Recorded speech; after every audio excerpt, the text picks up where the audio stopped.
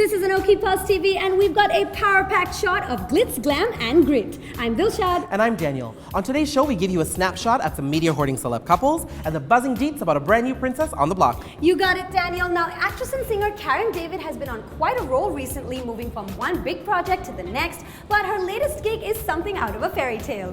Where is my Gallivant? Come find me, Gallivant! She quickly became a fan favorite as Princess Isabella on ABC's musical comedy epic Gallivant, and while the show seeks a new home, Karen David gets to keep her royal title as she becomes one of the latest additions to the network's storybook series Once Upon a Time. I can show you the world. Slipping out of one tiara and into another, Karen will join the series as Disney Princess Jasmine, much to the delight of her legions of fans who might have played a small part in her casting. I'm like a shooting star, I've come so far. The idea was floated as far back as last year during an Ask Me Anything session on Reddit when a fan asked if she'd consider auditioning for Once Upon a Time, and she replied emphatically, "I'd love to be on the show." And with that seed planted, fans began to champion the thought on social media, hoping it would blossom into reality. Dance, we dance, we dance the night away.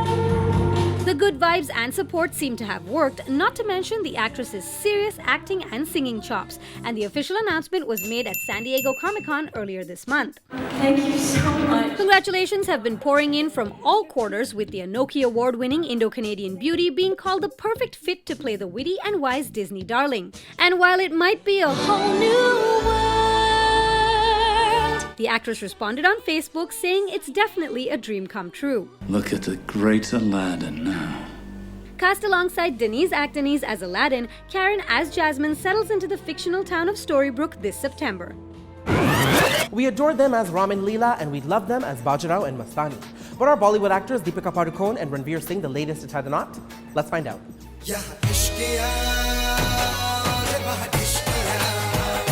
Deepika and Ranveer's love story is the talk of the town on screen and off, and rumors are hot that the love-struck duo are tying the knot next year. तू तो बड़ी जल्दी मान गई शादी के लिए।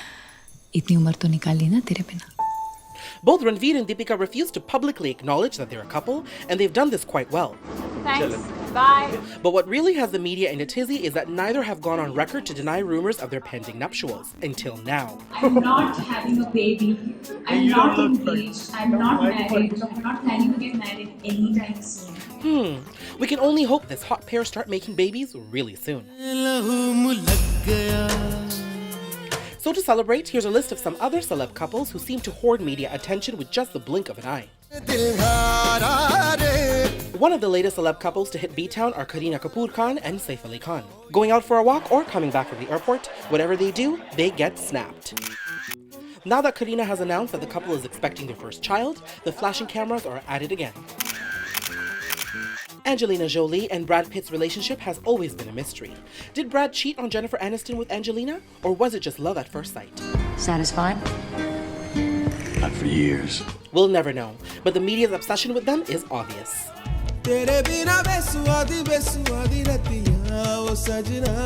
Abhishek and Aishwarya are the couple that probably started the whole celeb couple infatuation in Bollywood. It doesn't matter what they're doing or where they are, it's always news and it's always mayhem. All the way from Mumbai, India, welcome Aishwarya Rai Bachchan and Abhishek Bachchan. Their popularity reached an all-time high when Oprah Winfrey highlighted them as one of the most famous couples in the world. In the eyes of the media, Jada Pinkett and Will Smith have been married and divorced at least 12 times. But the couple continue to stay in love, and their relationship is as strong as ever.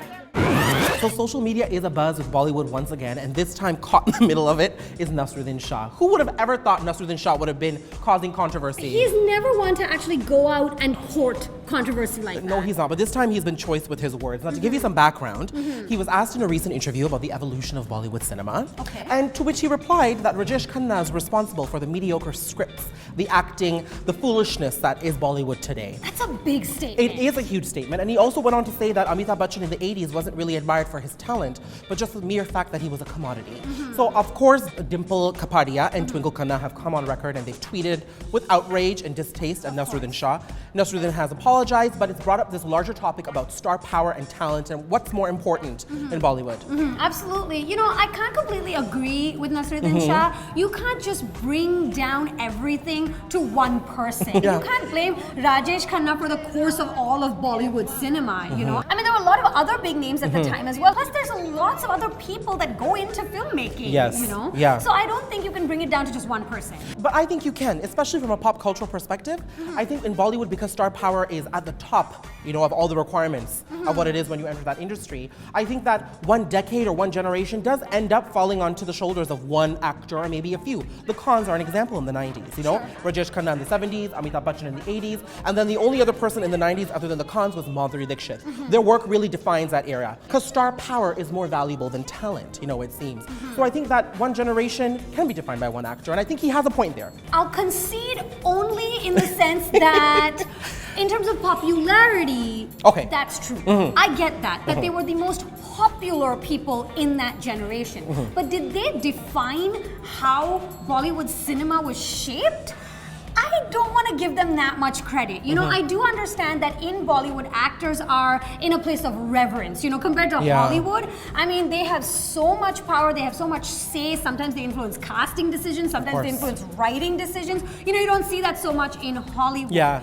But having said that, there is a lot to be said about producers, directors, writers. You know, they can't simply just go in and mess about and do whatever they want, you know? And especially nowadays, I think the tide is changing a little bit. I feel like we see a lot of filmmakers coming into the industry that are like auteurs, you know, that they really have an artistic vision and they are being able to express that even if there are some giant stars in their films. You know? You know what, Dilshad, you do bring up a really good point here. But, you know, as we are moving in a new avant-garde direction, there's new ideas, new stories that you're referring to. It's these same producers, writers, and directors that are then creating these films, these entire productions around one actor's talent. Salman Khan with Sultan and Dabangg. You know, Shah Rukh Khan with Chennai Express. These films don't make sense. But they cash in on their star power, what they're good at, and what they know audiences will pay money to see them do. So I think that these same smart producers, directors are now dumbing themselves down just to fit the formula of Bollywood cinema.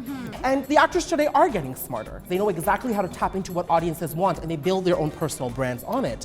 But then you end up with these smart actors in dumb movies. You know? I think we have to agree to disagree because I do see where you're coming from. I do understand that that space does exist in Bollywood cinema. There's still good films being made. Absolutely. I don't think we can just dismiss the entire industry as formulaic and dumb films, you know? So I think we might just have to kind of agree to disagree on this one. We do. And you know, I stay hopeful. I'm always hopeful. I feel like there's still room for artistic expression. Yes, and you know what? I share that sentiment of hope there with you, and we can agree there. Sure, yes. we can agree on that one thing, but let us know what you think. Do you agree with me? Do you agree with Daniel? Weigh in on Facebook, Twitter, and Instagram. That's it from us. Tata till next time. Ciao. Don't forget to stay in the loop for your weekly dose of glitz and glam with ANOKHI Pulse TV. And be sure to subscribe to our channel for exclusive access to all that's happening behind the velvet rope. And if you missed our last episode, you can just click over here and enjoy it. Click, click.